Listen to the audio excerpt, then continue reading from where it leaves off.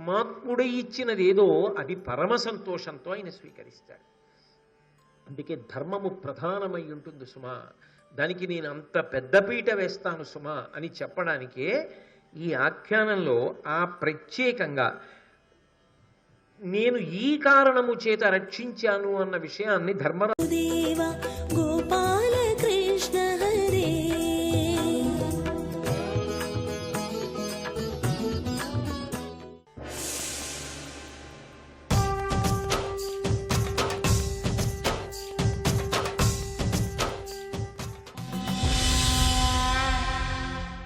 ధర్మాత్ముడై ఇచ్చినదేదో అది పరమ సంతోషంతో ఆయన స్వీకరిస్తాడు. అందుకే ధర్మము ప్రధానమై ఉంటుంది సుమా, దానికి నేను అంత పెద్దపీట వేస్తాను సుమా అని చెప్పడానికే ఈ ఆఖ్యానంలో ఆ ప్రత్యేకంగా నేను ఈ కారణము చేత రక్షించాను అన్న విషయాన్ని ధర్మరాజు గారి దగ్గర అభివ్యక్తం చేశాడు. అభివ్యక్తం చేసి, కృష్ణ నీ వలన కదా మేమందరం బతికి బయటపడ్డాం, మేమందరం ఇవాళ సంతోషంగా ఉండి మహాయుద్ధాన్ని దాటి నా సోదరుడు భీముడు కానీ, అర్జునుడు కానీ, నకులుడు కానీ, సహదేవుడు కానీ ప్రమాదమున బారి పడకుండా అందరం సజీవులమై ఉన్నామంటే కేవలముగా నీ అనుగ్రహము. ఇక పైన మేం చెయ్యవలసిన పనులు ఏమిటో కూడా నువ్వే చెప్పు. అయిపోయింది కదా యుద్ధం, ఇంకా పట్టాభిషేకం అవి మేము చేసుకుంటాం కృష్ణ, అవి అంతా నిర్ణయం అయిన తర్వాత నీకు కబురు చేస్తాం అనలేదు. తనకి శుభం కలిగినప్పుడు మొట్టమొదట పరిగెత్తుకుంటూ పూజామందిరంలోకి వెళ్ళి మొదట ఈశ్వరుడికి ఎవడు చెప్పుకున్నాడో వాడు ధన్యుడు. మీరు ఒకటి ఆలోచించండి, కష్టం వచ్చినప్పుడు ఈశ్వరుడి దగ్గరికి వెళతాం, అది కూడా ఆపద రాగానే కూడా ముందు భగవంతుడే గుర్తొస్తే అది కూడా చాలా గొప్ప విషయం అండో. కృష్ణుడే చెప్పాడు భారతంలో, ఆపద వచ్చినప్పుడు ముందు నేనే జ్ఞాపకానికి వస్తే. అందరికన్నా ముందు ఎవరు జ్ఞాపకానికి వస్తారు ఏదైనా కష్టం వచ్చినప్పుడు? మనం ఎవరి మీద బాగా నమ్మకం పెట్టుకుంటామో, ఎవడు మనకి ఆ కష్టాన్ని తీర్చుతాడు అని మనకి ప్రబల విశ్వాసం ఉందో ఆయనని స్మరిస్తాం కదా. కానీ ఆయన కూడా ఉపకారం ఎలా చేయగలుగుతున్నాడంటే భగవద్ అనుగ్రహము చేత చెయ్యగలుగుతున్నాడు. కానీ నీకు ముందు ఎవరు జ్ఞాపకానికి రావాలి అంటే భగవానుడు జ్ఞాపకానికి రావాలి. అలా జ్ఞాపకానికి ఎవరు వస్తారో, ఎవరు తెచ్చుకుంటారో భగవంతుణ్ణి, వాడు కృతార్థుడు అని గుర్తు. అందుకే మిమ్మల్ని అందరినీ రక్షించారు, అయిపోయింది యుద్ధం, ఇక పట్టాభిషేకం జరగాలి. కానీ వాళ్ళు ఏమన్నారో తెలుసా? కృష్ణ మమ్మల్ని గట్టెక్కించేశావు అనలేదు, ఇక పైన జరగవలసినది కూడా నువ్వే నిర్ణయించు. ఈ మాట అన్నారు కాబట్టి బతికారు పాండవులు, లేకపోతే ఏమైపోనావు. ఎందుకనంటే అయిపోయిందని అనుకుంటున్నారు, అయిపోవలసింది చాలా ఉంది తర్వాత. కృష్ణుడికి ఉందా దూరదృష్టి, అందుకే దీని మీద చర్చ వద్దు అన్నాడు. అదే పనిగా మాట్లాడితే ఏమవుతుందో తెలుసా? ఇంకా బలమంతా తరిగిపోయింది దుర్యోధనుడి వైపు. ధర్మయుద్ధంలో నెగ్గలేం కాబట్టి మాటు దెబ్బ వేస్తామంట. అది ఎదుర్కొనడం కష్టం. యుద్ధం అంటే ఎదురుకుండా నిలబడి చేస్తారు, చాటు దెబ్బ కొట్టేవాడు ఎట్నుంచి కొడతాడో. ఈ అనవసరపు చర్చలు పెరిగితే అటువంటి వస్తాయి. అందుకని వద్దు, మీ అందరూ రథం ఎక్కి వెళ్ళిపోండి అన్నాడు. ఆయన ఊహ ఉత్తినే పోతుందా? జరిగింది అది భారతంలో. అందుకే ఇక ముందు జరగవలసిన కార్యాన్ని చెప్పు. ముందు జరగవలసిన కార్యం ప్రధానమైనది ఒకటి ఉంది. ఏమిటది? పరుగు పరుగున ముందు ధృతరాష్ట్రుడి దగ్గరికి, గాంధారి దగ్గరికి వెళ్ళాలి. ఎందుకు వెళ్ళాలి అంటే ధృతరాష్ట్రుడి దగ్గరికి, గాంధారీదేవి దగ్గరికి వెళ్ళి ఎందుచేత కౌరవుల్ని సంహరించవలసి వచ్చిందో తెలుసున్న వాళ్లే అయినప్పటికీ మళ్ళీ ఒకసారి నొక్కి చెప్పాలి, వాళ్ళ మనసులు తృప్తి పొందేటట్టుగా. ఇంతకన్నా పాండవులకి ఎక్కడుంది అవకాశం చంపడం తప్ప? మనం చేసుకున్నదే, వాళ్ళేం చేశారు అన్న విషయం గుర్తొచ్చేట్టు చెయ్యాలి. ఎందుకో తెలుసా? శోకమునకు ఒక లక్షణం ఉంటుంది. శోకము ఆలోచనని చంపేసి శత్రుత్వాన్ని తీసుకొస్తుంది. శోకో నాశయితే ధైర్యం, శోకో నాశయితే స్మృతం, శోకో నాశయితే సర్వం, నాస్తి శోక సమోరిపుహు అంటారు రామాయణంలో. శోకాన్ని మించిన శత్రువు లేదు. శోకం ఏం చేస్తుందంటే ఆలోచనని ముందు పాడు చేసేస్తుంది. అందుకే ఇప్పుడు మీరు 5గురు బతికున్నారు కాబట్టి మీరు సంతోషంగా ఉంటారు. ఒక్క కొడుకు మిగలలేదు ధృతరాష్ట్రుడికి. ధృతరాష్ట్రుడు ఏం చేయగలడు? ఏం చెయ్యలేడు అని అనుకోకండి, ఆయన చెయ్యగలడు. ఏం చేయగలడో చూద్దురు కానీ. గాంధారి చెయ్యగలదు, ఆమె తెలుసుకుందనుకోండి. ఆమె మహాపాతివ్రత్యము చేత తన యొక్క శాపవాక్కు చేత పాండవుల 5గురిని బూది కుప్పల్ని చేసేస్తున్నారు. ఆవిడ తపశ్శక్తి అటువంటిది, మహాపతివ్రత. అటువంటి గాంధారికి కోపం రాకుండా చూడాలి. తల్లి ఏదైనా తట్టుకుంటుంది, కానీ కడుపున పుట్టిన 100 కొడుకులు మరణించారంటే ఏ తల్లికైనా కోపం వస్తుంది. హేతువుతోటి కారణంతో సంబంధం ఉండదు.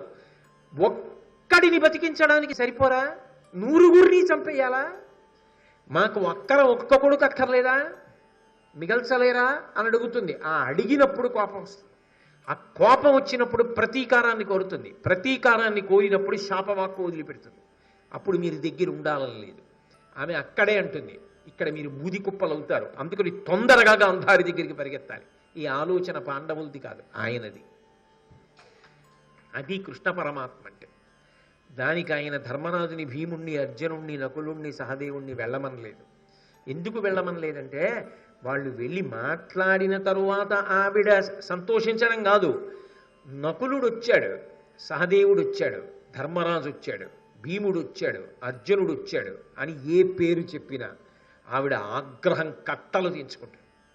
కట్టలు తెంచుకోగానే ఆ తర్వాత ఆవిడ వింటుందా వినదా తెలియదు. అంత కోపానికి వశపడింది అనుకోండి, పెను ప్రమాదం సంభవిస్తుంది. అదేదో నేనే పొందుతా. ఆయన కర్మ అండి. దుర్యోధనుడితో మాటలు పడి, బలరాముడితో మాటలు పడి, వీళ్లతో మాటలు పడి, వాళ్ళతో మాటలు పడి, ఎక్కడెక్కడ ఏ ప్రమాదం ఉంటుందో అవన్నీ తన తలకెత్తుకుని తనను నమ్మిన వాళ్ళని కాపాడడానికి పరమాత్మ అంత కిందకొస్తాడు అంటే ఈశ్వరుడి కన్నా రక్షకుడు లోకంలో ఎక్కడుంటాడు? నమ్మితే వాణ్ణి నమ్మాలి. కాబట్టి పరుగున హస్తినాపురానికి వెళ్ళాడు మహానుభావుడు. వెళ్ళి అక్కడ ధృతరాష్ట్రుడి మందిరంలోకి ప్రవేశించాడు. ధృతరాష్ట్రుడు, గాంధారి ఇద్దరు కూర్చునున్నారు. వేదవ్యాస భగవానుడు వచ్చాడు. అప్పుడే ధృతరాష్ట్రుడికి పుత్రశోకం కలిగింది. ఓదార్పు వాక్యాలు పలుకుదామని చెప్పి వేదవ్యాసుడంతటి వాడు వచ్చి ఆసనం మీద కూర్చుని ఉండగా నేను కూడా ఆసనం మీద కూర్చుంటే బాగుండదని చెప్పి, పైగా తండ్రి మహానుభావుడు, వాళ్ళ జననమునకు కారణమైన వాడు కదూ, అందుకని భూమి మీద కూర్చుని ఉన్నాడు ధృతరాష్ట్రుడు. కృష్ణ పరమాత్మ కూడా వెళ్ళి వ్యాసుడికి నమస్కారం చేసి ధృతరాష్ట్రుడితో పాటే కూర్చున్నాడు. ఏమిటో తెలుసా ఆయన గొప్పతనం? నేనే చెయ్యకపోతే అదిగో కృష్ణుడు చేశాడా అంటే పొద్దున్న లోకం గతి తప్పచ్చు. లోకానికి మంచి మార్గాన్ని చూపించడం కోసం నేను కూడా అలాగే ప్రవర్తిస్తాను. యద్యదాచరితి శ్రేష్ఠ అంటాడు గీతలో. శ్రేష్ఠులైన వారు ఏ మార్గంలో వెడతారో అందరూ ఆ మార్గంలో వెడతారు. అందుకని నేను సైతము కర్మాచరణంబు చెయ్యుపగిది కొందరు ఉత్తములు భవిని అంటాడు భాగవతంలో. కొందరు ఉత్తములు అలాగే కర్మాచరణం చేస్తూ ఉంటారు, వాళ్ళు జ్ఞానమును పొందినా కూడా అంటూ ఉంటాడు. కాబట్టి మహానుభావుడు ఆయన కూడా వెళ్ళి ధృతరాష్ట్రుడి పక్కన కూర్చుని ధృతరాష్ట్రుడి 2 చేతులు తీసుకుని పట్టుకుని ఎంతో ప్రేమభావనతో ఆయనతో మాట్లాడాడు. మాట్లాడుతూ అకట కులం బకారణము అంతయునాశనమునుంది ఇట్టిదానికి జొరనొల్లరైరి మహనీయ చరిత్రులు నాడు పాండవులు సకలము నీ వెరుంగుదు చలంబును ఈసును దక్కి నన్ను సంధికి ఇటరా నొనర్చుట మదిన్ తలపోయు మదిట్టి శాంతియు. ధృతరాష్ట్ర మహారాజా, ఓసారి ఆలోచించు. నిజమే, అందరూ మరణించారు నీ వైపు, ఎవరు లేరు. ఒకప్పుడు ఈ అంతఃపురం ఎలా ఉండేది? భీష్మద్రోణాది మహావీరులతోటి, పెద్దలతోటి, పిల్లలతోటి ఉండేది. ఎవరు లేరు, అందరూ మరణించారు. కారణం పాండవులు మాత్రం కారు ధృతరాష్ట్ర. నీకు బాగా తెలుసు ఆ విషయం. ఎందుకని అంటే ఇట్టిదానికి చొరనొల్లరైరి మహనీయ చరిత్రులు నాడు పాండవులు. యుద్ధమే చేస్తే తప్పదు, చంపవలసి వస్తుందని యుద్ధం వద్దు, యుద్ధం వద్దు, యుద్ధం వద్దు అని బతిమాలేరు. నీకు జ్ఞాపకం ఉందిగా, నన్నే వెళ్ళి ప్రార్థన చేయమని, నీకు నమస్కారం పెట్టామని, తప్పుంటే చెప్పమని, ఎలా బతకమంటే అలా బతుకుతామని నాతోనే కబురు చేశారు. విన్నావా ధృతరాష్ట్ర మహారాజా? విన్నాడా నీ కొడుకు? వాళ్ళు యుద్ధానికి కావాలని వచ్చి చంపేశారా? చంపడం తప్ప మార్గం లేని పరిస్థితి మీ వాడు కల్పించాడా? ఆలోచించు. కాబట్టి మదింతలపోయు మదిట్టి శాంతియు, అది నువ్వు ఆలోచన చేస్తే పాండవులు కాదయా నీ బిడ్డల్ని చంపింది, వాళ్ళ మూర్ఖత్వం వాళ్ళని చంపేసింది, వాళ్ళ అధర్మం వాళ్ళని చంపింది. ఇప్పుడు పాండవుల మీద కక్ష పెట్టుకునే ఉపయోగం ఏముంటుంది? ఇంకొకటి ఆలోచించు. యథార్థానికి ఇప్పుడు నీకు గాంధారికి ఉత్తరక్రియలు చెయ్యాలంటే వాళ్ళే చెయ్యాలి. ఉత్తరక్రియలు ఎవరు చేస్తారు? పిల్లలు చేస్తారు. ఇప్పుడు నీకు పిల్లలు ఎవరు? వాళ్ళే. ఓ ధృతరాష్ట్ర మహారాజా, వాళ్ళు 12 సంవత్సరములు అరణ్యవాసం చేయడం అంటే ఎన్ని కష్టాలు పడి చేశారో నీకు తెలీదా? అంతఃపురాల్లో ఉండవలసిన వాళ్ళు ద్రౌపదీదేవితో కలిసి ఎన్ని కష్టాలు పడి చేశారో. అంతటి తేజోమూర్తులు అజ్ఞాతవాసం చేయడం అంత తేలిక? వాళ్ళు చెయ్యవలసిన అవసరం లేని పనులు ఎన్ని చేశారు. కంకుభట్టుగా ధర్మరాజు ఉన్నాడు, వంటలవాడిగా భీముడున్నాడు, బృహన్నలగా అర్జునుడున్నాడు, తంత్రీపాలుడిగా గుర్రములను కాపాడేవాడిగా తామగ్రంథిగానేమో నకుల సహదేవులు ఉన్నారు. ఇంత కష్టాలు పడి సైరంధ్రిగా మహాతల్లి ద్రౌపదీదేవి ఉంది. ఇవన్నీ ఎందుకు వచ్చాయి? మీ వాళ్ళు పెట్టిన నియమాల వల్ల కాదు. అయినా మనం ఒప్పుకున్నాం కదా అని ఓర్పుతో వాళ్ళు నిర్వర్తించారు, తిరిగి వచ్చారు. ఏం చెయ్యాలి? వాళ్ళ రాజ్యభాగం వాళ్ళకి ఇచ్చేయాలి కదా. వాళ్ళ రాజ్యభాగం వాళ్ళకి ఇవ్వలేదు. వాళ్ళు ఇవ్వకపోతే చంపుతామనలేదు. 5 ఊళ్ళు ఇవ్వండి చాలన్నాడు. ఇచ్చారా? 5 ఊళ్ళు కూడా ఇవ్వనన్నాడు. 5 ఊళ్ళు కాదు, సూది మొన మోపినంత రాజ్యం కూడా ఇవ్వను అన్నాడు. పోనీ అక్కడతో ఊరుకున్నాడా? రాయబారం నేను వచ్చి చెప్పినప్పటికీ కూడా నా మాట ఇసుమంతైనా కూడా తలకెక్కించుకోలేదు. భీష్ముడు చెప్పాడు, ద్రోణుడు చెప్పాడు, విదురుడు చెప్పాడు, ఎవరు చెప్పినా వినలేదు.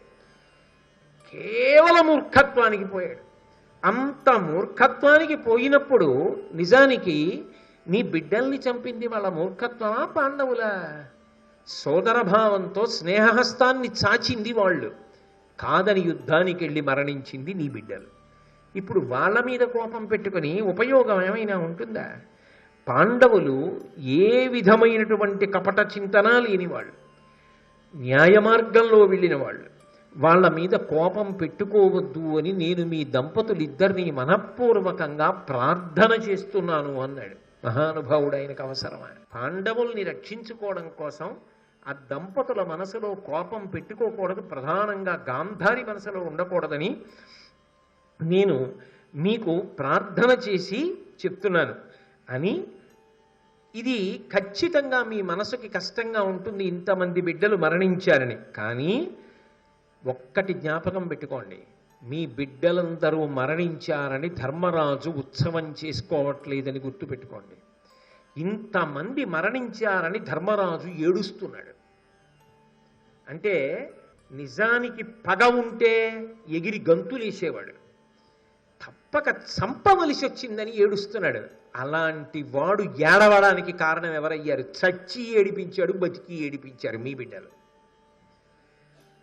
వాళ్ళ వల్ల ఇన్ని ఉపద్రవాలు వస్తే ఆ మంచి వాళ్ళ మీద కోపం ఎందుకు పెట్టుకుంటారు? పెట్టుకోకండి. నేను 2 చేతులు ఎత్తి ప్రార్థన చేస్తున్నాను అని గాంధారిని ఉద్దేశించి ప్రత్యేకంగా ఒక మాట చెప్పాడు. నీకెనవచ్చు రాజరమణిన్ ధరనిందును కంటిమే నృపానీకము నించునుండా సుతునింతకు పల్కులనంత ఎత్తుదే నాకది సిక్కి చిత్తముననాటి ప్రియంబగుచుండు ఇప్పుడు లోక విరుద్ధ వృత్తి చపలుండితడు మెరుగండ ఎమియున్. గాంధారి అమ్మ, నీలాంటి కాంత, నీలాంటి రమణి, నీలాంటి ఉత్తమురాలు లోకంలో ఎక్కడైనా ఉంటుందా? ఎంత నిర్మోహమాటంగా చెప్పావమ్మా. ఆ రోజున జ్ఞాపకం చేస్తున్నాడు, నువ్వే చెప్పావు ఒక రోజున దుర్యోధనుడికి జ్ఞాపకం తెచ్చుకో, ఇప్పుడు ఎందుకు పాండవుల మీద కోపం పెట్టుకుంటావు అని చెప్పడానికి. నేను రాయబారం చెప్పడానికి వచ్చిన రోజున ధృతరాష్ట్ర మహారాజును నేను సభలోకి ప్రవేశపెట్టాడు. దుర్యోధనుడికి బుద్ధి చెప్పమన్నాడు. గాంధారి, నీకు గుర్తుందా? ఆ రోజున ముందు నువ్వు ధృతరాష్ట్రుని ఉద్దేశించి ఒక మాట అన్నావు. నువ్వు రాజ్యాన్ని పాండవులకు ఇవ్వాలని నిజంగా అనుకుంటే నిన్ను అడ్డగించగలిగిన వాడు ఎవడున్నాడు సభలో? ఎందుకు ఇవ్వవు? ఇవ్వకుండా ఎందుకింత తాత్సారం చేస్తున్నావని నీ భర్తను అడిగావు. నీ మౌఢ్యాన్ని విడిచిపెట్టు. నీ పరాక్రమం ఎంతటిదనుకుంటున్నావు? నీకున్న బలం ఎంతటిదనుకుంటున్నావు? పాండవులంటే ఎవరనుకుంటున్నావు? వాళ్ళ ధర్మం ఎటువంటిది అనుకుంటున్నావు అని నువ్వే కదా తల్లి ఆ రోజు సభలో చెప్పావు. అమ్మా, దుర్యోధనుడి తల్లివయ్యుండి కూడా కొడుకు అన్న పక్షపాతం లేకుండా నిర్మోహమాటంగా యుద్ధానికి వెళ్ళవద్దని నువ్వు ఆ రోజు చెప్పిన మాటలు ఇప్పటికీ నాకు జ్ఞాపకానికి వచ్చి సంతోషాన్ని కలిగిస్తుంటాయి. ఇటువంటి కాంతలోకంలో ఉంటుందా అనుకుంటూ ఉంటాను. అటువంటి దాని ఇవాళ కోపంతో తొందరపడకమ్మా. అంతేకాదు తల్లి, ఒకనాడు దుర్యోధనుడు యుద్ధానికి బయలుదేరుతూ వచ్చి నీ పాదములు పట్టుకుని నమస్కారం చేసి, అమ్మా నేను విజయాన్ని పొంది తిరిగి రావాలని నన్ను ఆశీర్వచనం చెయ్యని అడిగాడు. బిడ్డ, ధర్మం ఎక్కడ ఉంటే అక్కడ విజయం ఉంటుందిరా, నువ్వు ఎలా వస్తావురా తిరిగి అని అడిగావు. అమ్మా, నువ్వు అంత ధర్మాన్ని తెలిసినటువంటి తల్లివి, అందుకే నువ్వంటే నాకు ప్రత్యేకమైన అభిమానం. నువ్వు జ్ఞాపకానికి వచ్చినప్పుడల్లా నా మనసు ఆనందపడుతుంది. అటువంటి తల్లివి కోపగించకు, యథార్థాన్ని జ్ఞాపకంలో పెట్టుకో. అమ్మా, నువ్వే కాని కోపగించావా, ఎవరి మీద నీ కోపం రగులుతుందో వాళ్ళందరూ బూది కుప్పలైపోతారు. అమ్మ, బాగా విను, పాండవుల తప్పు లేదు కాబట్టి వాళ్ళని రక్షించు, నీ బిడ్డలు అన్న భావనతోనే ఉండు అని ఆయన చెప్తే, గాంధారి వెంటనే మాట్లాడుతూ అంది, విపుల విషాదతాపమున వేదననుందు మదీయ బుద్ధి కుందపగతమయ్యే, నీదు వచనామృత సేచన చేసి ఇట్టిచో అపరిమిత ప్రభావ, వినుము అంధుడు దీనుడు వృద్ధునైన ఈ నృపు నరయంగా, పాండవులు నీవును యుక్తులు కారే మెయిన్. కృష్ణ, ఒక్కటి నిజం, నా 9 బిడ్డలు మరణించారన్న వార్తకి నాకు ఎంత కోపం వచ్చిందో, ఎంత బాధ వచ్చిందో.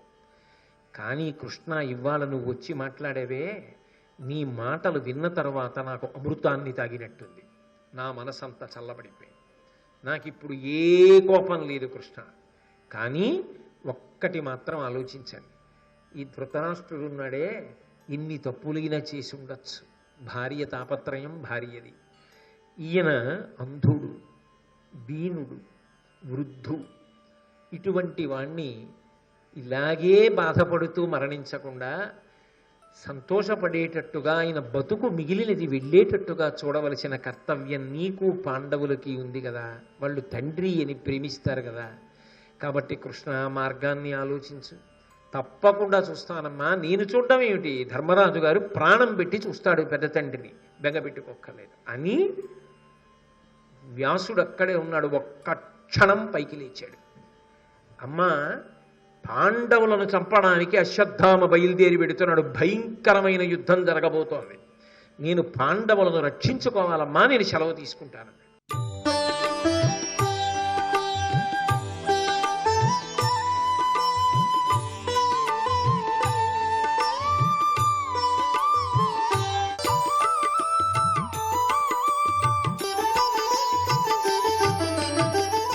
సర్వం శ్రీ ఉమామహేశ్వర పరబ్రహ్మార్పణమస్తు. స్వస్తి.